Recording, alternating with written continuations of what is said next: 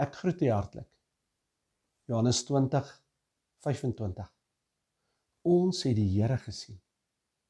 Is die antwoord wat die disippels aan Thomas gee, wanneer Jesus aan hulle verskyn en die 11 verskyn het.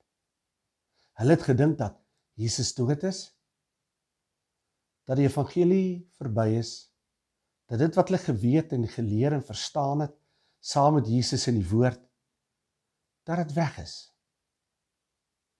Dat dit nie meer van krag is nie, en daar 'n stuk verlorendheid in hulle harte lê. Dit kan nie waar wees nie. Ons het tog so geglo, en ons het tog so gehoop. En dan, ewe skielik verskyn hierdie opgestane Jesus aan hulle. En hulle weet verseker, hy's nie dood nie. Dit wat hy gesê het is waar. Daar wat geskryf is, bestaan, dis 'n realiteit. Dis eg, dis waar, hy leef, hy het opgestaan uit die dood, en hy leef vir ewig, en hy is die Here, hy is die Meester. Dis hy waarvan hulle getuig het, sal opstaan, en nou is dit waar, hy staan hy voor hulle. 'n Vaste bewys van hierdie realiteit, wat hy van gepraat het, maar hulle toe nie verstaan het nie, staan reg voor hulle. Die Here Jesus Christus. En met opgewondenheid en brandendheid van 'n Thomas kom, kan hulle nie wag om vir hom te sê, ons het die Here gesien nie.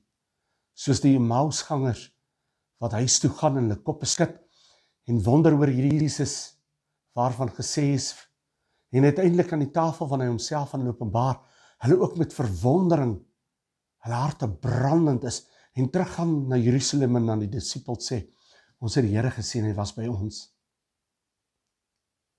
So ook in ons harte, in ons lewens het ons nodig, dat hy homself weer vandag aan jou openbaar.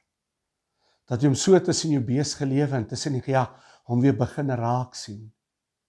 Bewus word van sy teenwoordigheid in die stil, kosbare oomblikke. Hom sien in die geklank en die gedruis, oral begin raak sien. En die werklikheid en die realiteit besef van hierdie Jesus wat leef. En hy leef ook vir jou en my en saam met my en jou. Mag jy hom weer vandag geloof so oopmaak en jy hom weer sien vir wie hy werklik is, die kosbare Here in jou lewe en teenwoordigheid, wat situasies en dinge verander, en mag jy ook hierdie woorde uiter en sê, ek het weer die Here gesien, die brandendheid en opgewondenheid in jou hart, ek het die Here gesien, ek het die Meester ontmoet, ek het hom gesien. Mag dit 'n vervullende belewenis in jou hart bring, wanneer jy hom sien, want geen mens kan onaangeraak bly, as jy hom sien nie. Geseënd is jy, wat sy oë op is en hom sien, in die naam van die Here. Die Here seën jou.